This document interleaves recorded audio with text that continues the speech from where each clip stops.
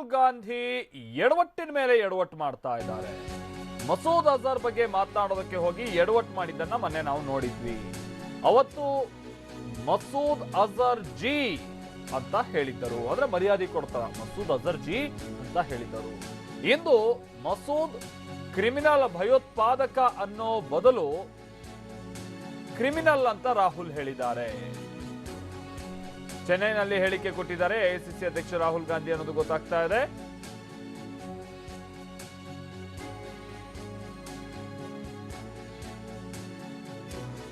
ಅಂದ್ರೆ ಮಸೂದ್ ಅಜರ್ ಆತ ಓರ್ವ ಭಯೋತ್ಪಾದಕ ಅನ್ನೋದು ಗೊತ್ತಿರುವಂತಹ ವಿಚಾರನೆ. ಕ್ರಿಮಿನಲ್ ಭಯೋತ್ಪಾದಕ ಅನ್ನುವಂತಹ ರೀತಿಯಲ್ಲಿ ಬಹುಶಃ ಬಹುತೇಕ ಸಂದರ್ಭದಲ್ಲಿ ಎಲ್ಲರೂ ಕೂಡ ಆತನ ಸಂಬೋಧಿಸೋದು ಕೂಡ ನಾವು ಗಮನಿಸ್ತಾ ಇರ್ತೀವಿ. ಆತ ಓರ್ವ ಭಯೋತ್ಪಾದಕ. ಆದ್ರೆ ಇವತ್ತು ಮಸೂದ್ ಅಜರ್ನ ಬಗ್ಗೆ ಮಾತನಾಡುವಂತಹ ಸಂದರ್ಭದಲ್ಲಿ ಮಸೂದ್ ಓರ್ವ ಕ್ರಿಮಿನಲ್ ಅನ್ನುವಂಥ ಮಾತನ್ನ ಹೇಳಿದ್ದಾರೆ. ಅಂದ್ರೆ ಆತ ಕ್ರಿಮಿನಲ್ಗಿಂತನೂ ಅತ್ಯುಗ್ರವಾದಂತ ಕೆಲಸ ಕಾರ್ಯವನ್ನ ಮಾಡ್ತಾ ಇರುವಂತಹ ವ್ಯಕ್ತಿ ಆತ.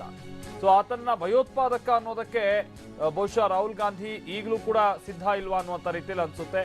ಯಾಕಂದ್ರೆ ಮೊನ್ನೆ ಮಸೂದ್ ಅಜರ್ ಜಿ ಅಂತ ಹೇಳಿದ್ರು, ಆಮೇಲೆ ಇಲ್ಲ ಅದಕ್ಕೆ ಕಾಂಗ್ರೆಸ್ನವರೇ ಸ್ಪಷ್ಟನೆಯನ್ನ ಕೊಟ್ರು. ಅಂದ್ರೆ ಅದು ಬಿಜೆಪಿ ಹಿಂದೆ NDA ಸರ್ಕಾರ ಇದ್ದಂತ ಸಂದರ್ಭದಲ್ಲಿ ಬಹಳ ಮರ್ಯಾದೆ ಪೂರ್ವಕವಾಗಿ ಆತನನ್ನ ಬಿಟ್ಟು ಬಂದ್ರು.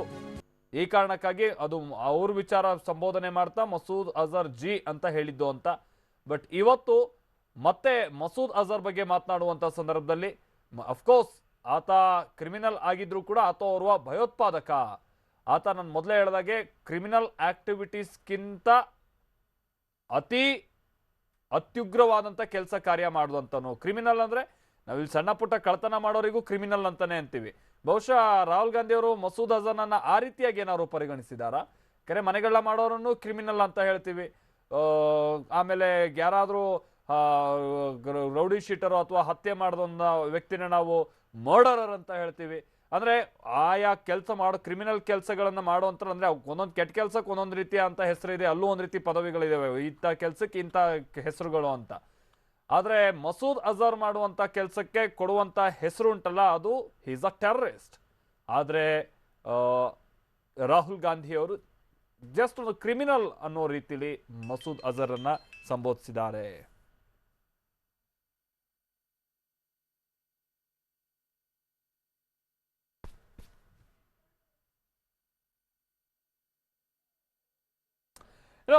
ಇದೇ ಮಸೂದ್ ಅಜರ್ ವಿಚಾರವಾಗಿ ಸ್ವಲ್ಪ ದಿನಗಳ ಮುನ್ನ ರಾಹುಲ್ ಗಾಂಧಿ ಅವರು ಏನಂತ ಹೇಳಿದ್ದರು, ಜೊತೆಗೆ ಇವತ್ತು ಚೆನ್ನೈನಲ್ಲಿ ಮಾತನಾಡುವಂತಹ ಸಂದರ್ಭದಲ್ಲಿ ಏನಂತ ಸಂಬೋಧಿಸಿದ್ದಾರೆ ನೋಡೋಣ ಬನ್ನಿ. बम किसने फाड़ा? जैश ए मोहम्मद मसूद अजहर, याद होगा? अब ये 56 इंच वाले छाती वाले, आपको याद होगा जब इनकी पिछली सरकार थी तो एयरक्राफ्ट में मसूद अजहर जी के साथ बैठकर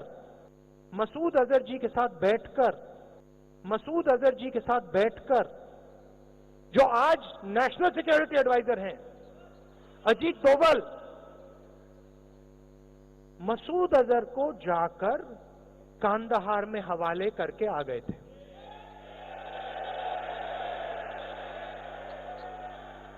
पुलवामा में अगर बम ब्लास्ट हुआ, जरूर पाकिस्तान के लोगों ने, जैश ए मोहम्मद ने करवाया, मगर मसूद अजहर को बीजेपी ने जेल से छोड़ा.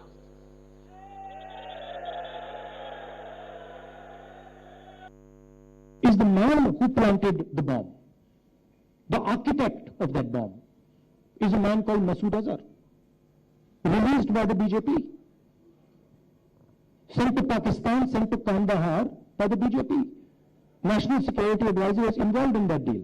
So the BJP needs to explain exactly why they sent that criminal back. That's the question of terrorism.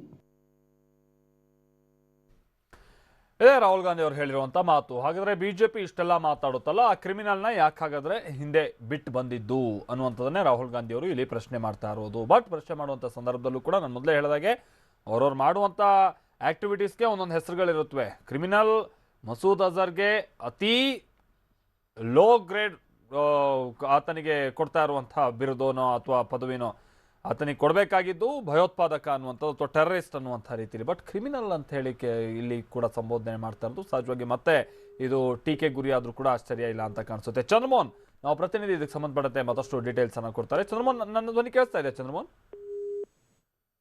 ಬಹುಶಃ ಸಂಪರ್ಕ ಕಡಿತ ಆಗಿದೆ ಅಂತ ಕಾಣಿಸುತ್ತೆ. ಮತ್ತೆ ಚಂದ್ರಮೋಹನನ್ನ ಸಂಪರ್ಕ ಮಾಡೋಣ.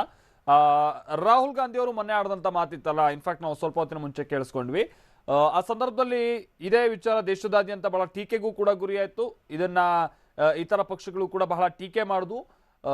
ಓರ್ವ ಭಯೋತ್ಪಾದಕನಿಗೆ ಜಿ ಅನ್ನುವಂಥ ಮರ್ಯಾದೆ ಕೊಟ್ಟು ಸಂಬೋಧಿಸುವ ಹಕೀಕತ್ ಏನಿತ್ತು ಅಂತೇಳಿ. ಆಮೇಲೆ ಇದೇ ವಿಚಾರವನ್ನ ಇನ್ಫ್ಯಾಕ್ಟ್ ಕಾಂಗ್ರೆಸ್ ಸಮರ್ಥಿಸಿಕೊಂಡಿದ್ದು. ಹಿಂದೆ ಬಿಜೆಪಿ ಅಥವಾ NDA ಸರ್ಕಾರ ಇದ್ದಂಥ ಸಂದರ್ಭದಲ್ಲಿ ಅವರನ್ನ ಬಹಳ ಮರ್ಯಾದೆಪೂರ್ವಕ ರೀತಿಯಲ್ಲಿ ಹೋಗಿ ಬಿಟ್ಟು ಬಂದ್ರಲ್ಲ, ಅದಕ್ಕೋಸ್ಕರ ಜಿ ಅನ್ನುವಂಥ ರೀತಿಯಲ್ಲಿ ಆ ಸಿಚುವೇಶನ್ ನಿಮ್ದು ಹಾಗಿತ್ತು ಅನ್ನೋ ಕಾರಣಕ್ಕಾಗಿ ಜಿ ಅನ್ನೋ ಸಂಬೋಧನೆ ಮಾಡಿದ್ರು ಅಂತೇಳಿ. ಚಂದ್ರಮೋಹನ್ ನಮ್ಮ ಜೊತೆಗೆ ಮತ್ತೆ ಸಂಪರ್ಕದಲ್ಲಿದ್ದಾರೆ. ಚಂದ್ರಮೋಹನ್, ಈಗ ರಾಹುಲ್ ಗಾಂಧಿ ಅವರು ಕೊಟ್ಟಿರುವಂತಹ ಸ್ಟೇಟ್ಮೆಂಟ್ ಇದೆ, ಇದು ಒಂದು ರೀತಿ ಯಾವ ರೀತಿ ಎಡವಟ್ಟು ಅಂತೇಳಿ ಈಗ ಆಲ್ರೆಡಿ ಇದು ಟೀಕೆಗೆ ಗುರಿ ಆಗ್ತಾ ಇದೆ, ಅಥವಾ ಮುಂದಿನ ದಿನಗಳಲ್ಲಿ ಇದು ಯಾವ ರೀತಿ ಮತ್ತೆ ಮೊನ್ನೆ ಜಿ ಅನ್ನುವಂಥದ್ದೇ ಇನ್ನೂ ಆರಿಲ್ಲ, ಇದು ಯಾವ ರೀತಿಯಾಗಿ ಮತ್ತೆ ಟೀಕೆಗೆ ಬಂದ್ಬಿಡುತ್ತೆ ಈ ವಿಚಾರ ಅಂತೇಳಿ ಅವ್ರು ಯಾವ ಸಂದರ್ಭದಲ್ಲಿ ಮಾತಾಡಿದ್ದು, ಏನ್ ಕತೆ ಚಂದ್ರಮೋಹನ್?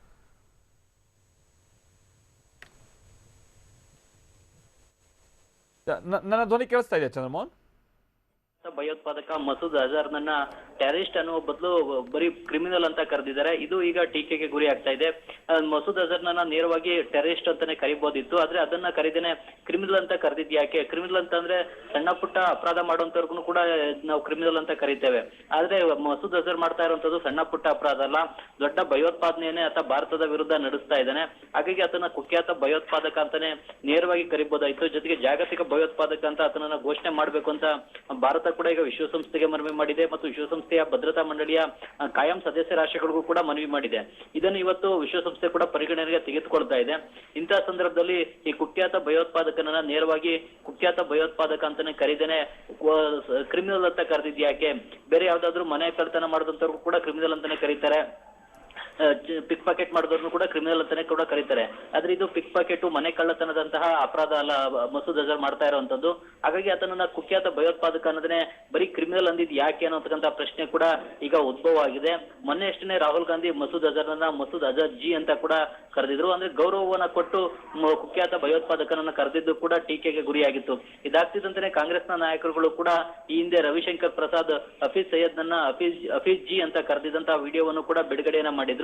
ಅಂದ್ರೆ ಈಗ ಭಯೋತ್ಪಾದಕರಿಗೆ ಈ ರೀತಿ ಗೌರವ ಕೊಟ್ಟು ಕರೆಯತಕ್ಕಂತಹ ಅದನ್ನ ಯಾಕೆ ನಮ್ಮ ದೇಶದ ರಾಜಕಾರಣಿಗಳು ಮಾಡ್ತಾ ಇದ್ದಾರೆ ಅನ್ನೋ ಒಂದು ಪ್ರಶ್ನೆ ಉದ್ಭವ ಆಗಿತ್ತು. ಭಯೋತ್ಪಾದಕರಿಗೆ ಯಾವುದೇ ಗೌರವನ ಕೊಡುವಂತ ಅಗತ್ಯ ಇಲ್ಲದೆ ಇದ್ರೂ ಕೂಡ ಅನಗತ್ಯವಾಗಿ ಗೌರವನ ಕೊಟ್ಟು ಅವ್ರನ್ನ ಗೌರವಿಸ್ತಕ್ಕಂತ ಕೆಲಸವನ್ನು ಯಾಕೆ ಇವರು ಮಾಡ್ತಾ ಇದ್ದಾರೆ ಅನ್ನೋ ಒಂದು ಪ್ರಶ್ನೆಗಳು ಕೂಡ ಉದ್ಭವ ಆಗಿದ್ವು. ಇದಾದ ಬಳಿಕ ಈ ಹಿಂದೆ ಅಜಿತ್ ದೋವಲ್ ಕೂಡ ಮಸೂದ್ ಅಜರ್ ಬಗ್ಗೆ ಆಡಿದಂತಹ ಹಳೆಯ ಸಂದರ್ಶನದ ಮಾತುಗಳನ್ನು ಕೂಡ ಕಾಂಗ್ರೆಸ್ ಬಿಡುಗಡೆಯನ್ನ ಮಾಡಿತ್ತು. ಮಸೂದ್ ಅಜರ್ಗೆನೆ ಕ್ಲೀನ್ ಚಿಟ್ ಕೊಡುವಂತ ನಿಟ್ಟಿನಲ್ಲಿ ಅಜಿತ್ ದೋವಲ್ ಅವರು ಮಾತನಾಡಿದ್ರು. ಅದು ಕೂಡ ವಿವಾದಕ್ಕೆ ಕಾರಣ ಆಗಿತ್ತು. ಈಗ ಮತ್ತೆ ರಾಹುಲ್ ಗಾಂಧಿ ಮಸೂದ್ ಅಜರ್ನನ್ನ ಓರ್ವ ಕ್ರಿಮಿನಲ್ ಮಾತ್ರ ಅಂತ ಹೇಳಿ ಕರೆದಿರ್ತಕ್ಕಂಥದ್ದು ಕೂಡ ಈಗ ಟೀಕೆಗೆ ಗುರಿಯಾಗಿದೆ. ಮುಖ್ಯವಾಗಿ ಭಯೋತ್ಪಾದನೆ ವಿರುದ್ಧ ಕಠಿಣ ನಿಲುವನ್ನ ಕಾಂಗ್ರೆಸ್ ಪಕ್ಷ ಆಗ್ಲಿ ಅಥವಾ ಯಾವುದೇ ಪಕ್ಷಗಳಾಗ್ಲಿ ತಾಳ್ಬೇಕು. ಆದ್ರೆ ಕಾಂಗ್ರೆಸ್ ಏಕೆ ಭಯೋತ್ಪಾದನೆ ಬಗ್ಗೆ ಮೃದು ಧೋರಣೆಯನ್ನ ತಾಳ್ತಾ ಇದೆ ಅನ್ನೋದು ಬಿಜೆಪಿಯ ಪ್ರಶ್ನೆ. ಮುಖ್ಯವಾಗಿ ಭಯೋತ್ಪಾದನೆಯಿಂದ ಸಂಕಷ್ಟವನ್ನು ಅನುಭವಿಸಿರುವಂತದ್ದು ನೆಹರು ಗಾಂಧಿ ಪರಿವಾರ ಮತ್ತು ಕಾಂಗ್ರೆಸ್ ಪಕ್ಷ ಕೂಡ. ಇಂದಿರಾ ಗಾಂಧಿ ಮತ್ತು ರಾಜೀವ್ ಗಾಂಧಿ ಕೂಡ ಭಯೋತ್ಪಾದನೆಯಿಂದಾಗನೇ ಸಾವನ್ನಪ್ಪಿದ್ದಾರೆ. ಹಾಗಾಗಿ ಭಯೋತ್ಪಾದನೆ ವಿರುದ್ಧ ಕಠಿಣವಾದಂತಹ ನಿಲುವನ್ನ ಕಾಂಗ್ರೆಸ್ ಪಕ್ಷದ ನಾಯಕರುಗಳು ಕೂಡ ತಾಳ್ಬೇಕು. ಭಯೋತ್ಪಾದಕರ ಬಗ್ಗೆ ಯಾವುದೇ ಮೃದು ಧೋರಣೆಯನ್ನ ಅನುಸರಿಸಬಾರದು ಅಂತಕ್ಕಂಥದ್ದು ಬಿಜೆಪಿಯ ಒತ್ತಾಯ. Maltesh. Okay, thank you Chandramohan.